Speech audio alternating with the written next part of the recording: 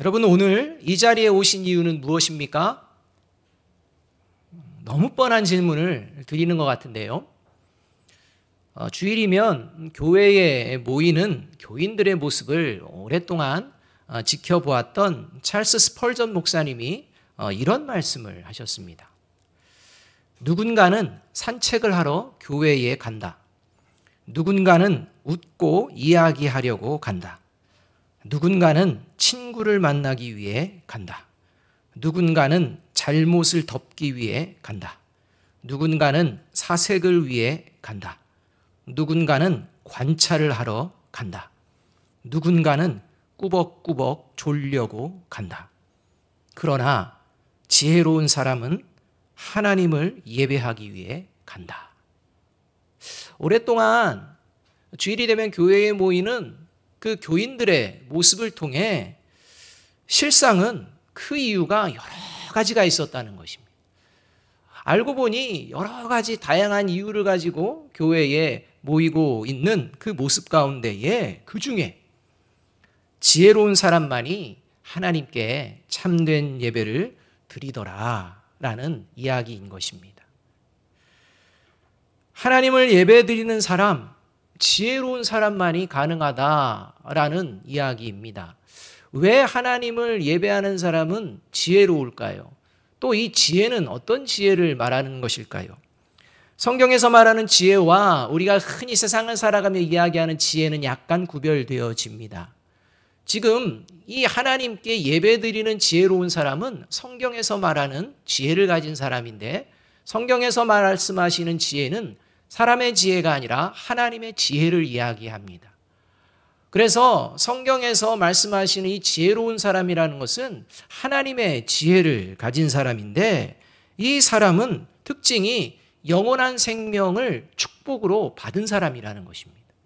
영원한 생명을 축복으로 받았기 때문에 그 하나님의 지혜가 있는 것이고, 그 하나님의 지혜로 인하여서 이 주일 모이는 것을 예배의 자리로 모이게 된다는 것입니다. 잠언 3장 18절은요, 그래서 이렇게 말씀합니다. 잠언 3장은요, 지혜의 장이라고 불려진 장인데, 이 지혜의 대표되는 존재를 예수 그리스도라고 생각하며 예수 그리스도를 예표하는 장이다로까지 말씀을 하는 것이 이 지혜의 장입니다. 이 잠언 3장 18절은요, 이렇게 말씀하고 있습니다. 지혜는 그 얻은 자에게 생명나무라, 지혜를 가진 자는 복되도다, 이렇게 말합니다. 지혜와 생명이 연결되어져 있다는 것입니다. 특별히 하나님의 사람들은 더욱 그러합니다.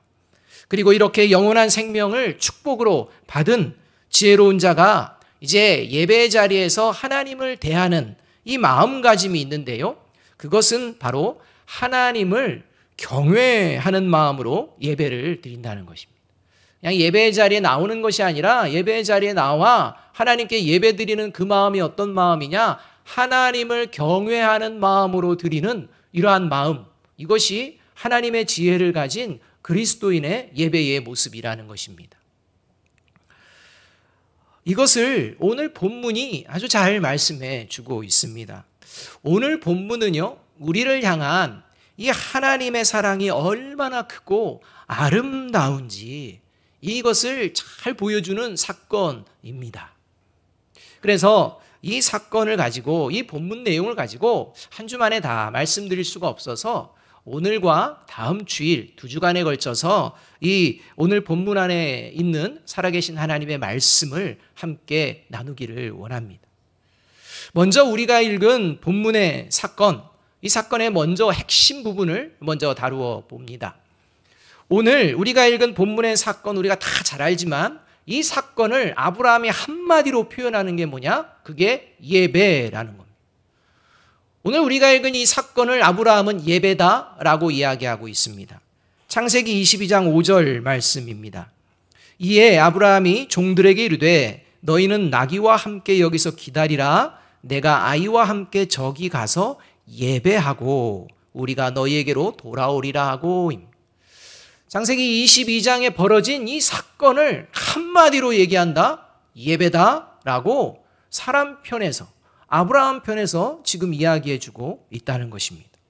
이렇게 아브라함 편에서 이것이 예배다라고 이야기하며 예배를 드리는 이 아브라함을 향해 하나님께서는 12절 하반절에서 이렇게 선언하십니다. 내가 이제야 네가 하나님을 경외하는 줄을 아노라. 여러분, 하나님께서는요, 지금 아브라함의 예배를 받으시며 이제 너가 참된 예배를 드리는 것을 내가 아노라 라고 이야기하는데 어떤 표현을 쓰느냐? 하나님을 경외하는 줄을 아노라 라고 이야기하고 있다는 것입니다. 그러니까 이 하나님을 경외하는 마음으로 예배 드리는 것이 얼마나 중요한지 오늘 사건이 말씀해주고 있다는 것입니다. 사랑하는 여러분, 하나님을 경외하는 마음으로 드리는 예배가 참된 예배입니다. 하나님을 경외하는 마음이라 함은 내가 그 어떤 상황 가운데 있을지라도 하나님은 찬양받으시기에 합당하신 거룩하신 분이십니다 라고 고백하는 것을 말합니다. 다시 한번 들어보십시오.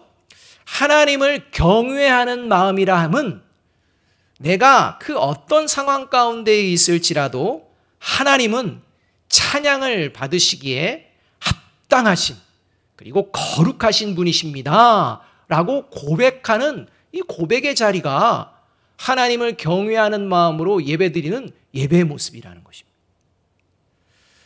코로나19라는 상황, 또 그 외에 여러 가지 힘들고 어려운 상황에 저와 여러분이 처해 있을지라도 오늘 이 예배 자리에서 내 모든 삶의 상황 속에서도 나의 하나님은 여전히 영원히 찬양받으시기에 합당하신 거룩한 분이십니다 라고 고백하는 저와 여러분, 그러한 참된 예배자, 지혜로운 예배자가 되기를 주님의 이름으로 축복합니다.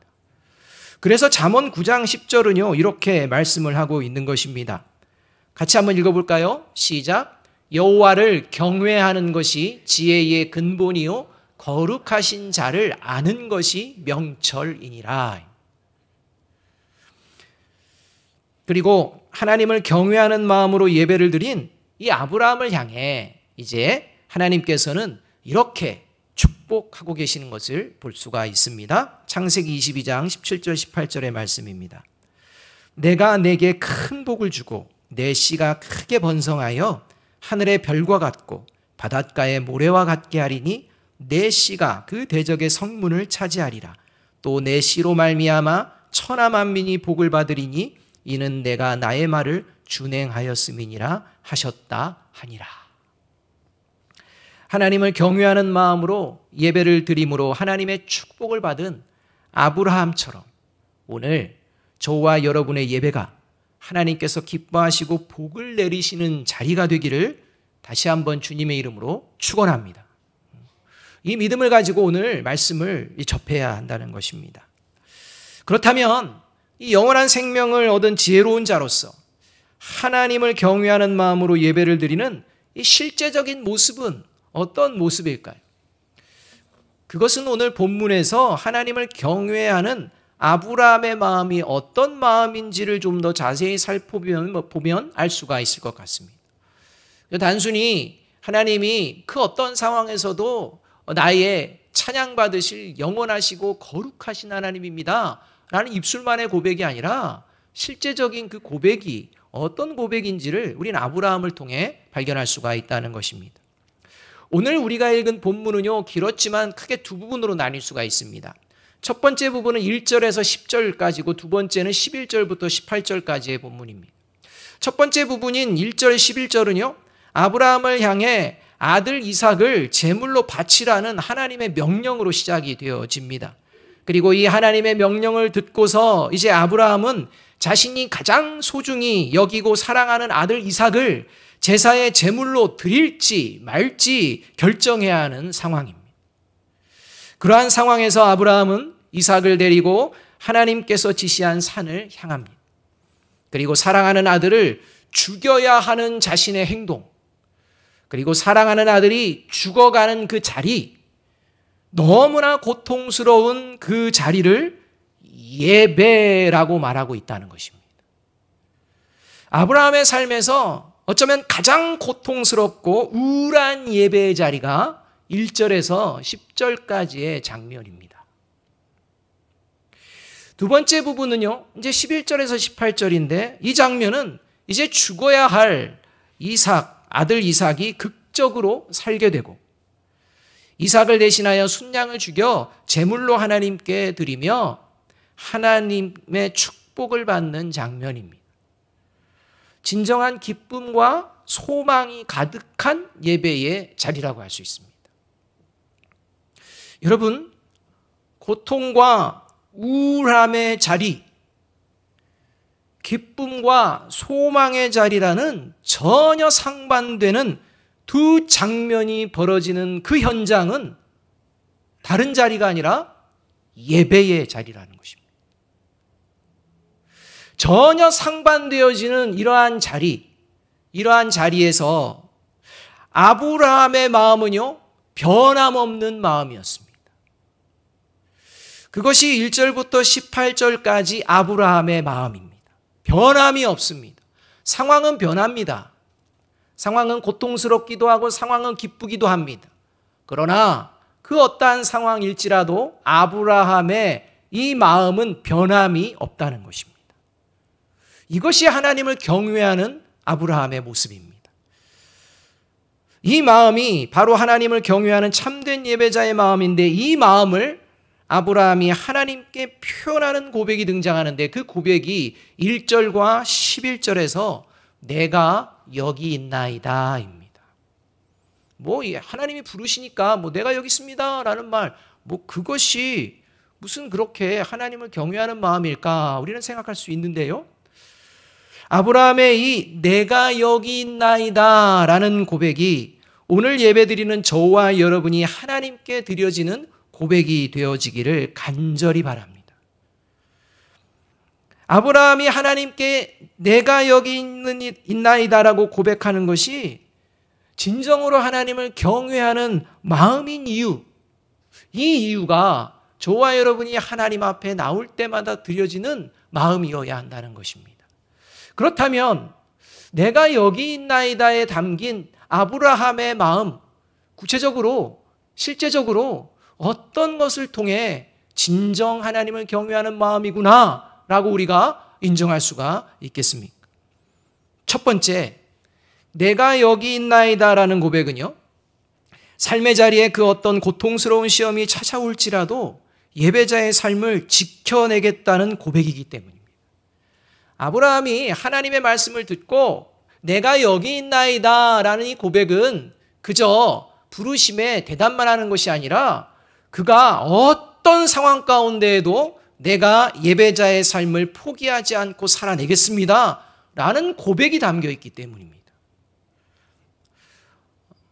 평소 예배를 잘 나오시던 분들, 이런 분들이 어느 날 갑자기 예배를 뜨문뜨문 나오신다거나 예배에 참석하지 않는 경우들이 생겨납니다. 그 이유 중에 가장 큰 이유, 그 하나가 있다면요, 그 이유가 바로 뭐냐면 시험에 빠졌을 때입니다. 시험에 빠지면요, 예배드리기 힘듭니다. 그래서 예배를 잘 드리다가도 시험에 빠지면요, 예배의 자리에 참여하지 않습니다. 시험 빠진 증거입니다. 시험에 빠진 이러한 모습이라고 할 수 있습니다. 제가 목사이지만요, 저에게도 원하지 않는 이런 시험이요, 찾아옵니다. 오지 말라고 하는데 막 옵니다.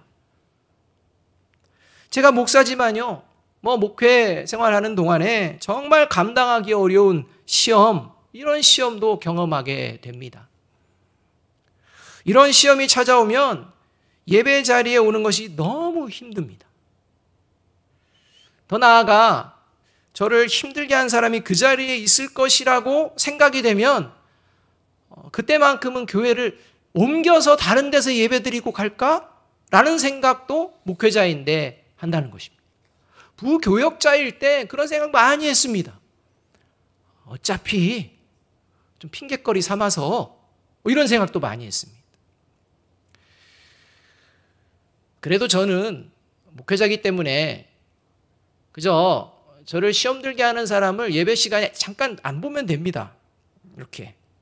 근데 문제는 하물며 매 주일마다 보아야 하는 저와 같은 목사로 인해서 시험이 찾아온 성도님들은 얼마나 더 힘드시겠습니까? 봐야 되니까. 싫어도 봐야 되니까. 얼마나 힘드시겠습니까? 가족과 주변 사람들도 마찬가지일 것입니다. 그래서 예배 드릴 때 이렇게 고개 숙이신 분들 있잖아요. 나 때문에 시험 들었을 수도 계시구나. 이런 생각도 합니다. 그래서 저도 다른 사람을 시험 들게 하지 않게 몸부림치는데요. 부족한 것이 너무나 많이 있다는 것을 경험합니다. 저를 위해서 기도해 주시기를 부탁드립니다. 우리는 이렇게 사실 신앙생활을 하다 보면 여러 가지 이유로 시험이 찾아올 때가 있습니다. 어쩌면 지금 이 예배를 드리고 있는 비대면으로 드리고 있는 분들의 마음 가운데에도 시험이 찾아와서 계속 두들기는 이런 상황이 있을 수도 있을 것입니다. 그런데 여러분, 시험이 찾아오더라도 시험에 빠져들어서는 곤란합니다. 시험에 빠져서 예배의 자리를 포기해서는 안 됩니다. 여러분, 역설적이게도요, 참된 예배자와 위선된 예배자가 명확하게 드러나게 되는 그 상황이 있다면 그게 바로 시험이 찾아왔을 때라는 것입니다. 그래서 오늘 본문 사건이 그걸 얘기해 주고 있는 것입니다. 비록 시험이 찾아와 마음이 불편할지라도 예배의 자리에 나오는 자가 시험에 빠지지 않고 더 나아가 시험을 이겨낼 지혜로운 예배자인 줄로 믿습니다. 왜냐하면 시험을 이길 힘 주시는 하나님 앞에 나온 자리이기 때문입니다. 모든 사람이 시험에 빠질 수 있다는 것을 예수님은 이미 아셨기에 매일 기도하라고 가르쳐 주신 주기도문에도 시험에 빠지지 않게 하시고 라는 항목을 넣어주셨다는 것을 우리가 너무나도 잘 알지 않습니까? 오늘 본문에서 아브라함이 경험하는 상황도 시험의 상황입니다. 그런데 이 시험은요, 저와 여러분이 대부분 경험하는 시험과 좀 다릅니다. 사탄이나 사람으로 말미암은 시험이 아니라 하나님께서 주시는 시험입니다. 대부분의 시험은요, 사탄의 악함과 그 인간의 죄성으로 겪게 되는 상황이 대부분의 시험인데요. 이렇게 사탄의 악함과 인간의 죄성으로 겪게 되는 이런 시험은요, 시험하는 자는 시험 받는 사람을 망가뜨리게 하는 것이 목적입니다. 넘어뜨리게 하는 것이 목적입니다. 그런데 하나님께서 주시는 시험은 이 시험을 통해 더욱 성숙해지고 복을 주시기 위한 시험이라는 것입니다. 시험의 목적이 완전히 다릅니다. 아마 어느 정도 신앙생활 하신 분들은 이런 것을 알고 계실 것입니다. 그런데 문제는 뭐냐? 분명히 이게 사탄으로 인한 것인지 인간의 죄성으로 인한 것인지 하나님으로 인한 것인지 구별이 될 때도 있지만 구별을 할 수가 없는 때가 너무나도 많이 있다는 것입니다. 이것이 문제입니다. 더욱 큰 문제는 뭐냐? 하나님의 시험도 하나님께서 나를 성숙하게 하시고 더 복 주시기 위한 것이야 라고 하지만 그 시험 자체가 너무 힘들다는 것입니다. 그래서 그 시험도 받아들이고 싶지가 않은 것입니다. 이게 우리의 현실입니다. 더 나아가 그 시험이 도저히 이해할 수 없고 받아들이기는 정말 어려운 시험인 경우에는 하나님의 시험이라는 것을 알면서도 낙심하고 좌절감, 절망에 빠질 수밖에 없는 상황까지도 내몰리게 됩니다. 이 상황이 지금 아브라함이 경험하는 상황이라는 것입니다. 1절, 2절의 말씀을 다 함께 한번 읽어보겠습니다. 1절, 2절입니다. 같이 한번 읽습니다. 시작. 그 일 후에 하나님이 아브라함을 시험하시려고 그를 부르시되 아브라함아 하시니 그가 이르되 내가 여기 있나이다. 여호와께서 이르시되 내 아들 내 사랑하는 독자 이삭을 데리고 모리아 땅으로 가서 내가 내게 일러준 한 산 거기서 그를 번제로 드리라. 여기서 그 일 후에라는 말씀을 하면서 시작을 합니다. 없어도 되는 상황인데 아주 중요하기 때문에 이제 이렇게 말씀을 하면서 시작을 하고 있는 것입니다. 그 일 후에라는 의미에 담겨 있는 말씀은 이제 아브라함의 삶에는 모든 어려움이 지나간 것 같은 상황이라는 것입니다. 이제는 아브라함의 인생은 누가 보아도 노년을 이 사랑하는 아들 이삭과 함께 기쁘게 살아갈 날만 남아있는 그러한 상황일 때라는 것입니다. 요즘 우리말로는 꽃길만 이제 걷는 그런 상황일 때라는 것입니다. 그때 하나님께서 아브라함에게 찾아오셔서 아브라함에게 아들 이삭을 완전히 태워버리는, 이 땅에서 흔적을 완전히 없이 해버리는 제물로 바치라고 명령하고 계시는 것입니다. 창세기 9장을 보게 되면요, 하나님께서 다른 사람의 생명의 피를 흘리게 한 자는 그 사람도 피를 흘리게 할 것이다 라고 하며 결코 살인하지 말 것을 말씀하셨습니다. 그런데요, 그냥 살인의 정도가 아니라 아예 흔적을 완전히 없애버리라 라는 이런 명령을 받고 있는 것입니다. 그리고 이것은 하나님의 시험이었다라고 성경이 기록하고 있습니다. 여러분, 얼마나 큰 시험입니까? 저와 여러분이 아브라함의 입장이었다면 과연 어떤 반응을 했을까요? 이제 좀 살만하다고 생각하며 다시 힘을 내어보자고 살아보자고 계획하며 꿈을 꾸며 시작했는데요, 갑작스럽게 코로나19가 상황이 찾아와 버렸습니다. 이제 사업을 시작하고 개업을 시작하고 취직이 되어서 취직 준비를 하며 이제 부푼 사회에서의 삶을 꿈꾸던 이들에게 그 모든 것이 신기루처럼 사라져버리고 경제적으로는 파산이 뻔한, 파산당하는 이러한 현실 가운데에 처해 있는 많은 사람들이 있다는 것입니다. 그 안에 그리스도인이 없다고 누가 말할 수가 있겠습니까? 또 갑작스러운 사고와 또는 질병으로 장애를 입게 되거나 목숨을 잃게 되는 상황이 벌어질 때와 같은, 연로하신 부모님을 앞에서 마지막까지 살피지 못하고 그냥 그 죽음의 소식을 들어야만 하는 이러한 어처구니 없는 상황들, 도저히 이해할 수 없는 고통스러운 순간이 찾아올 때, 또 그 누군가로 인해 피눈물을 흘리는 일을 경험하게 될 때, 그러한 상황에서도 하나님을 찬양하며 예배를 드려야 한다는 하나님의 말씀에 저와 여러분의 마음은 어떠할까? 지금 하나님은 예배드리라는 것입니다. 그런데 어떻게 해요? 사랑하는 아들을 완전히 태워버리라는 것입니다. 성경에는 기록되어 있지 않지만 하나님의 명령을 들은 아브라함의 마음은 얼마나 힘들었을까?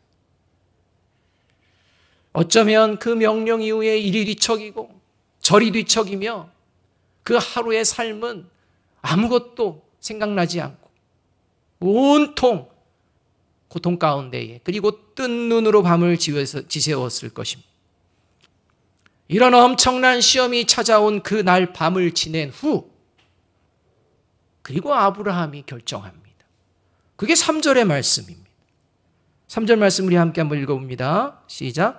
아브라함이 아침에 일찍 일어나 나귀의 안장을 지우고 두 종과 그의 아들 이삭을 데리고 번제에 쓸 나무를 쪼개어 가지고 떠나 하나님이 자기에게 일러주신 곳으로 가더니, 여러분, 밤새도록 뒤척이고 뒤척이며 그 밤을 보낸 아브라함이 이제 3절 말씀에 의해서 그 마음의 고통과 시험이 이제 완전히 사라졌다라는 말씀이 아닙니다. 마치 3절은 이제 아브라함이 모든 염려, 근심 없이 가자, 예배하러 가자 라는 말처럼 여겨서는 안 된다는 것입니다. 4절에 의하면 제사하는 장소까지 3일이 걸립니다. 예배를 드리러 가는 매 순간에도 아브라함은 시험의 상황 가운데 여전히 있었고 그 마음은 흔들리고 있었을 것입니다. 그래서 하나님이 지시한 산을 볼 때 멀리 있다라고 표현합니다. 정말 멀리 있기를 바라는 것입니다.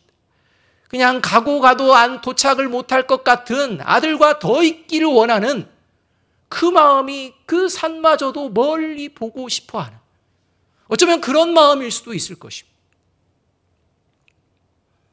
그리고 칼을 들어 이삭을 죽이려고 하는 그 순간까지도 시험은 사라지지 않았을 것입니다. 그러나 아브라함은 시험에 빠지지 않았습니다.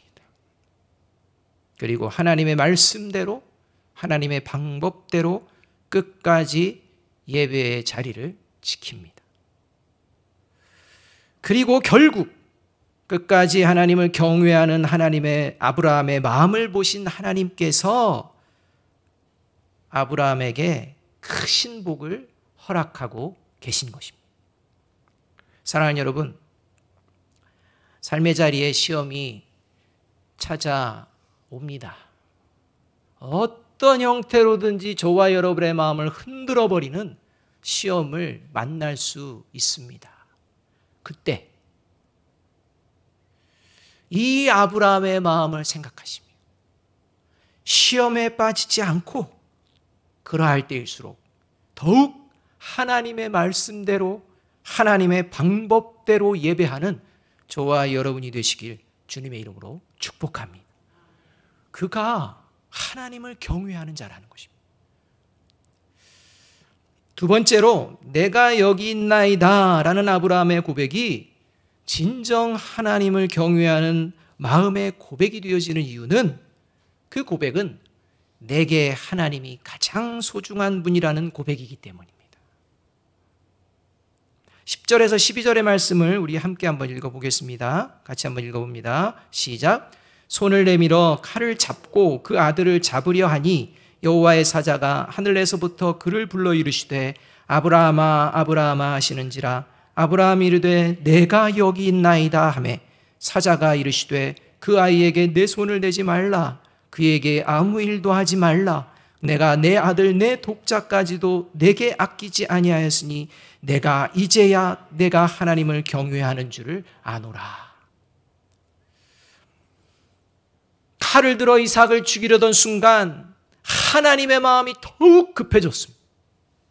그래서 아브라함아 아브라함아 라는 급하게 말씀하시는 이 하나님의 부름, 이 부름에 아브라함이 또 내가 여기 있나이다 라고 대답합니다. 여러분, 아브라함이 칼을 들고 이삭을 죽이려는 그 순간 정말 이삭을 죽이려고 했을까요? 아니면 하나님이 말리실 줄로 믿습니다 했을까요? 여러분, 어땠을까요? 하나님이 말씀하신 대로 아브라함은 이삭을 그 어떤 것과도 바꿀 수 없는 너무 끔찍히 아끼고 사랑하는 아들이었습니다. 그러나 여러분, 지금 칼을 든 순간 아브라함은 이삭을 정말 죽일 작정이었습니다.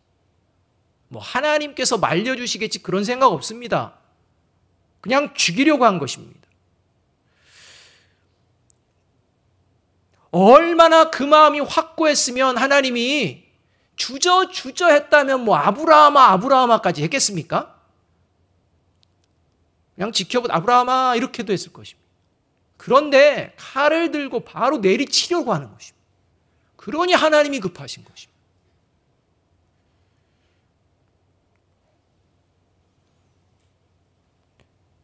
그래서 하나님께서는 표현하시는 것입니다. 내가 내 아들 네 독자까지도 내게 아끼지 아니하였으니 내가 이제야 네가 하나님을 경외하는 줄 알아노라 라고 하는 것입니다. 왜 아브라함은 칼을 들고 그 사랑하는 아들을 정말 죽이려고 하는 것입니까? 아브라함은 압니다. 아브라함은 믿습니다. 이삭도 소중한 아들인 것을 알고 믿습니다. 그러나 이 이삭을 태어나게 하신 하나님이 더욱 소중한 분임을 믿고 있기 때문입니다.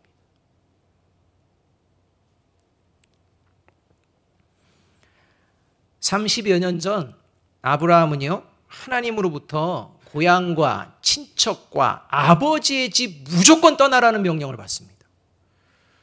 이제 자리 잡아서 살만한 75세라는 나이입니다. 이제 자리 잡아서 친척들과 행복하게 살아갈 수 있는 그런 상황, 거기서 예배드리면 안 됩니까?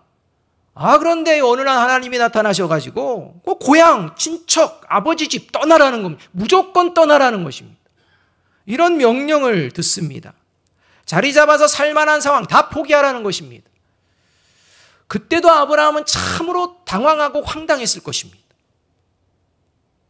그런데 그때는요, 그래도 하나님께서 떠나라 하시면서 축복하시고 약속도 해주셨습니다. 내가 너로 떠나기만 하면 큰 민족을 이루고 복을 주고 내 이름을 복되게 할 거다. 창대하게 할 거다. 땅의 모든 족속이 너로 말미암아 복을 얻을 것이다. 이런 축복의 약속의 말씀을 함께 해주셨다는 것입니다. 이 약속을 듣고서야 이제 그때는 아브라함이 떠났습니다. 그런데 오늘 사랑하는 아들 이삭을 제물로 바치라고 말씀할 때는요, 그 어떤 약속도 하지 않으십니다. 처음에 하나님이 아브라함아 했을 때 아브라함은요, 기대했을 것입니다. 내가 여기 있나이다 라고 하며 나올 때 기대했을 것입니다. 왜요? 항상 하나님은요, 아브라함아 라고 부르며 대화하실 때 언제나 축복의 약속들을 꼭 해주셨기 때문입니다. 그렇기 때문에 그 하나님이 너무 좋아서 그래서 늘 하나님이 부르시면 내가 여기 있습니다 라고 할 수 있었습니다. 그런데요, 웬걸?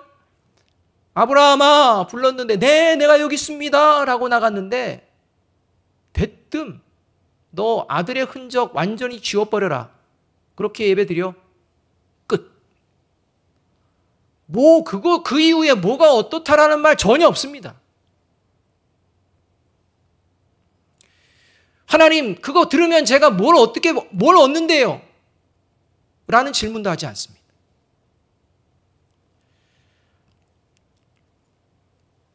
하나님의 축복의 약속은 이삭을 정말 죽이려고 한 뒤에서야 주십니다. 여러분, 여기에 아주 영적인 의미가 있다는 것입니다. 여러분, 여기에 참된 예배자의 모습이 있다는 것입니다. 저와 여러분이 신앙생활하며 예배의 자리를 꼽아가며 그 예배의 자리가 쌓여갈수록 저와 여러분이 참된 예배를 드리고 있는지가 드러나게 된다는 것입니다. 여러분, 하나님의 약속이 중요할까요? 하나님이 중요할까요? 여러분, 어떻게 생각하십니까? 다 중요한 거 아닙니까? 여러분, 그러나 구별해야 됩니다. 여러분, 하나님의 약속이 중요합니까? 하나님이 중요합니까? 하나님의 약속이 소중합니까? 하나님이 소중합니까? 하나님의 말씀을 들으면요, 수많은 그 상황 속에서 하나님께서 축복의 약속들을 막 하십니다. 말씀하십니다. 여러 가지 축복의 말씀도 하지만 때로는 축복과 관련된 말씀도 막 하십니다. 근데 우리는 세상 사람들이 이야기하는 그런 생각을 가지고 하나님의 내가 원하는 축복의 말씀들의 마음을 많이 집중합니다. 그렇다면 여러분, 건강하고 오래 살고 싶어서 예배를 드리는 것입니까? 아니면 하나님께서 가장 소중한 분이시기 때문에 예배를 드리는 겁니까? 여러분, 부자 되고 싶어서 예배를 드리는 것입니까? 아니면 하나님이 가장 소중한 분이시기 때문에 예배를 드리는 것입니까? 여러분, 성공하고 싶어서 예배를 드리고 싶으신 것입니까? 하나님이 가장 소중한 분이시기 때문에 예배를 드리고 계시는 것입니까? 처음에 하나님을 믿을 때에는 하나님은 우리에게 복을 주셔 건강의 복을 주시고 장수의 복을 주시고 성공의 복을 주시고 또 부자가 되게 하시는 그런 약속도 해주셨어. 그러니 우리가 하나님을 열심히 믿고 하나님을 순종하며 살아야지 라고 시작할 수 있습니다. 왜요? 하나님의 말씀은 그때는 자세히 몰랐기 때문에. 그러나 예배를 드리고 하나님의 말씀에 우리가 조명을 받을 때 내가 생각하는 것이 아니구나 라는 것을 깨닫게 됩니다. 내가 원하는 것을 받게 하시려고 하시는 하나님이 아니라 하나님 자체가 너무 소중한다는 것을 그 고백을 듣고 싶어 하시는구나. 이것이 참된 예배자의 삶을 살아가는 그리스도인의 고백으로 되어진다는 것입니다. 아브라함도 기대는 했을 것입니다. 그러나 하나님께서 아무런 축복의 말씀, 약속의 말씀이 없을지라도 아무리 힘겹고 어렵고 고통스럽고 절망스러운 하나님의 말씀처럼 여겨지는 상황일지라도 하나님이 소중하기, 내게 이 모든 것을 허락하신 이미 계신 하나님이 소중하기, 예배를 드리러 가는 것입니다.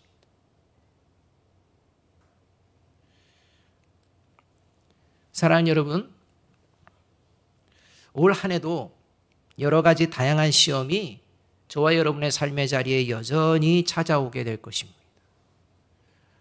우리 힘으로 감당할 수 있는 시험도 있겠지만 어쩐 때는 감당할 수 없는, 오히려 그것이 하나님으로부터 오는 시험이 될 수도 있습니다. 그러한 삶의 자리를 살아내야 합니다.